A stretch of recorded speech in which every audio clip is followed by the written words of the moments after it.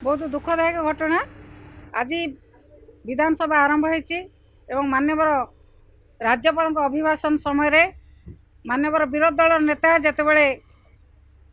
विरोध करके किसी कहवा ठिया होती से माइक को बंद कर दि जाए कैमेरा को बंद कर दि जाए ना कथा कहीं शुणी पारे ना कथा कहीं देखिपारे सारा ओडिशार लोक अंधकार रखापी जो भाई भाव में चक्रांत कर से चक्रांत से निवृत्त रुहतु एवं एक आम माननीय बाचस्पति लेखिकी देचु तार आम दृढ़ निंदा करुँ विजु जनता दल दृढ़ निंदा करुँ साधारण लोक आपको पूरा निंदा करी कार्यक्रम जदि बीजेपी सरकार कर विरोधी दलर नेता जहाँ कहे कहला बेले गृह रे माइक बंद करदे कैमेरा बंद करदे आपको आम दृढ़ भाव में निंदा करुँ भाव में ये कार्य आ भविष्य में न घटू निश्चित भाव में गणतंत्र को हत्या करने से निजे आमर विरोधी दल कथा को लोकलोचन को न नवाई ये प्रकार व्यवस्था कराई